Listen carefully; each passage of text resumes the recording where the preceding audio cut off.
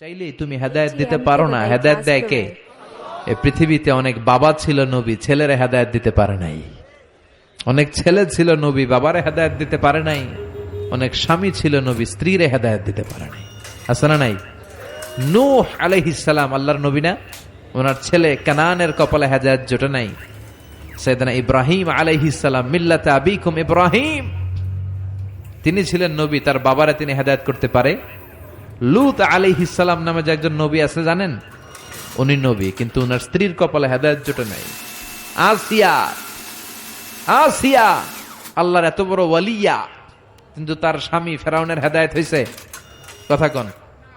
ফেরাউন রে কত সুযোগ আল্লাহ দিল, কিন্তু কোনো কাজ হয় নাই। আল্লাহর একটা সুন্নাত হচ্ছে আল্লাহ ছাড় দেয় কিন্তু ছেড়ে দেয় না।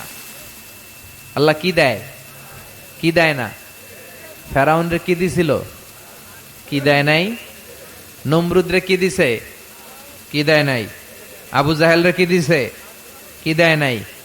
এখনো দেখা যায় আল্লাহ অনেক রে ছাড় দেয়, কিন্তু আল্লাহ তাকে ছেড়ে দিবে না। চিল্লায় বলেন ঠিক কিনা? এটা আল্লাহর সুন্নাত। আল্লাহ ছাড় দেয়, আল্লাহ ছেড়ে দেয় না। এই ফেরাউনের লাশ আমি নিজে দেখে এসেছি। ফেরাউনের সাথে আমি কথাও কয়ে আসছি। মানে খালি আমি কইছি, সে কিছু কইতে পারে না। সে খালি তাকায় থাকে, ভেবে শুয়ে রয়েছে। শুটকি মানুষ, শুটকি। আমি তো মিশরে পড়ছি, আল আজহারে। আমি আল আজহারের পক্ষ থেকে